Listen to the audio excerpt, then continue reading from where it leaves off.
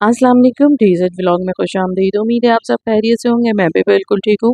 अल्लाह ताला सबको खैर आफियत से खुश आबाद रखे, आमीन सुम्मा आमीन।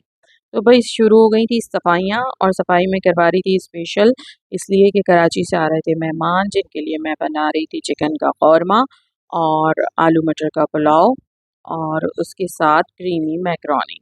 पिज़्ज़ा मैंने ऑर्डर कर लिया था। और वैसे तो दिल तो चाहता है कि बहुत सारा एहतमाम करें, मगर जब कोई पहली बार आ रहा हो और थोड़ी देर के लिए आ रहा हो तो भाई मैंने तो 2-3 आइटम बना ही लिए, इसलिए कि मुझे अच्छा नहीं लगता कि किसी एक चीज़ को खिला के भेज दिया जाए।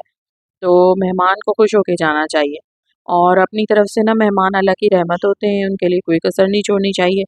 बाकी ये है कि अल्लाह ताला आपकी जो एफ़र्ट्स हैं वो कबूल करे। और यहाँ पे जल्दी से मैंने चावल भिगो दिए थे, और चावल भिगोते ही बस मैं काटने लगी थी प्याज। जल्दी से मैंने कहा पहले तो कौरमा बना लिया जाए, चावल में भीगते रहेंगे जब तक। फिर ये और हमारी ये मैं काटने एनिवर्सरी लगी है। प्याज।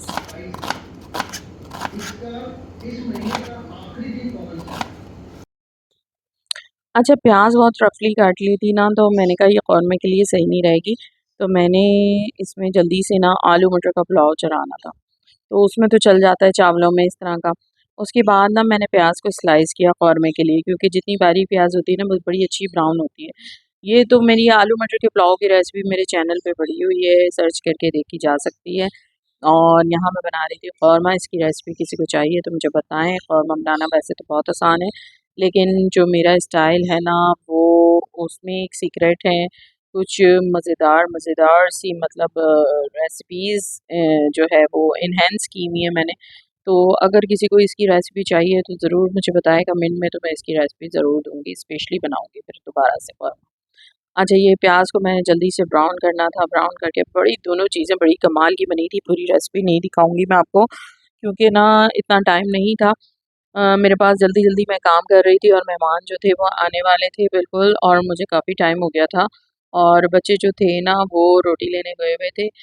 और ये जल्दी-जल्दी देखिए मैंने आलू मटर को बस मसाले में फ्राई करके भून के और चढ़ा दिया था गलने के लिए। इधर मैंने प्याज फ्राई करके निकाल ली थी, तो जल्दी से मैंने कहा चिकन को फ्राई करूं, और ये बस आलू मटर का पुलाव झटपट तैयार, ऐसा खुशबूदार, ऐसा टेस्टी, पूरा घर महक रहा था इसकी खुशबू से। और इधर कौरमा भी तैयार हो गया था, पुलाव दम हो गया था। कौरमा भी इतना आला बना था, इतना टेस्टी, बिल्कुल देगी कौरमा बना था। तो बहुत यमी बनता है इस तरह, और मेहमान आ चुके थे। एक्साइटमेंट जो थी वो ओवरलोडेड थी, इसलिए कि कराची बैठ के बातें करते थे, मुलाकातें, और पहली बार ये मेरा कज़न जो है मेरे घर आया था। और लाइट ही चली गई। उस वक़्त लाइट ही चली गई, ये जब भी इतनी कम-कम रोशनी नज़र आ रही है क्योंकि यूपीएस चल रहा था। तो जल्दी से आके बैठे, बैठ के बाद बच्चों का पूछा, तो मैंने कहा बच्चे तो रोटी लेने गए हुए हैं। तो यहाँ मैकरोनी भी रेडी हो रही थी, इसकी फ़रमाइश पे मैंने क्रीमी मैकरोनी बनानी थी। तो बस बार-बार आके मैं मैकरोनी चेक कर रही थी, मैकरोनी की रेसिपी मैं आपको नहीं दे सकी। सबसे पहले हैदर भाई तशरीफ़ लाए, और फिर बड़ी खुशी हुई, बड़ी एक्साइटमेंट हुई कि मेहमान आए हुए हैं, वो भी कराची से। बेशक 2 लोग आए हों, बेशक 1 लोग आए हों, लेकिन मैके से आए कोई और आपके अपने शहर से कोई आए ना, तो बड़ी खुशी होती है। यहाँ मैकरोनी जो थी बार-बार मैं चेक कर रही थी, जल्दी से बॉयल हो गई थी, और ये मैकरोनी बहुत यम बनी थी। फिर जल्दी से मैंने दस्तरख़्वान लगाया, बातें वगैरह करने के बाद मैंने कहा चलो भई टाइम ज़ाया किए बगैर जो है मैं दस्तरख़्वान लगाऊँ। मुझे तो सब कुछ मना कर दिया था कि हम खाना खाकर आएँगे, मगर फिर भी मैंने ये एहतमाम किया, इसलिए कि अच्छा नहीं लगता कोई घर पे आपके पहली बार आए और इसी तरह लौट जाए। तो ये देगी कौरमा है, बहुत यम बना था, बहुत यम बना था। और ये खुशबूदार आलू मटर का पुलाव, सलाद, रायता, शामी कबाब, मैकरोनी, तो ये सब मैंने कोशिश तो की थी कि अपनी तरफ से पूरा फुल जो है मैं जितना एहतमाम कर सकती हूँ करूँ। पिज़्ज़ा मैंने ऑर्डर कर दिया था चीज़ीएस का ना, स्टफ़ क्रस्ट पिज़्ज़ा, सीख कबाब क्रस्ट पिज़्ज़ा था, बड़ा ज़बरदस्त स्टफिंग हुई भी थी, बहुत यम था। और मैंने जो है क्या नाम है जल्दी से खाना वगैरह खाया, फिर इन लोगों को चाहिए था प्रिंस कोट। प्रिंस कोट लेने के लिए हम आ गए पैनोरामा सेंटर। तो भई अंदर शॉपिंग हो रही थी, बहुत सारे लोग हो रहे थे, रश हो रहा था, तो मैं बाहर ही खड़ी हो गई। और बड़ा मज़ा आ रहा था भाई कराची वालों के साथ लाहौर में मार्केट का विज़िट करने का। इसने मुझे कहा, मेरे कज़न ने, कि भाई इसको चाहिए घड़ी, तो यहाँ पे घड़ी कहाँ मिलेगी, घड़ी कहाँ मिलेगी? फिर हम लोग जो थे ना बाहर घड़ी देखने आ गए थे। बहुत सारे यहाँ पे तो भाई ब्राइड एंड ग्रूम के जो ड्रेसेस थे वो लगे हुए थे। बहुत शादियों की शॉपिंग, शादी सीजन जो चल रहा था ज़ाहिर है।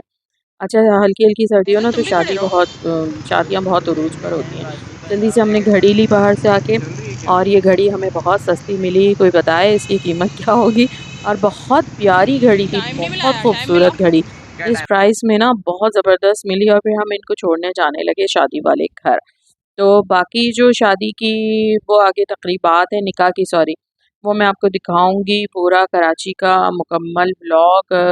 ये जिस तरह मेहमानों को मैंने रुखसत किया, और मैंने टिक्कियाँ भी बनाई थी मीठी स्पेशल कराची भेजने के लिए, वो भी मैं आपको दिखाऊँगी। और ये हम जा रहे थे पाक व्यू इनको छोड़ने के लिए वापस दोबारा जहाँ पे इनका स्टे था शादी वाले घर में।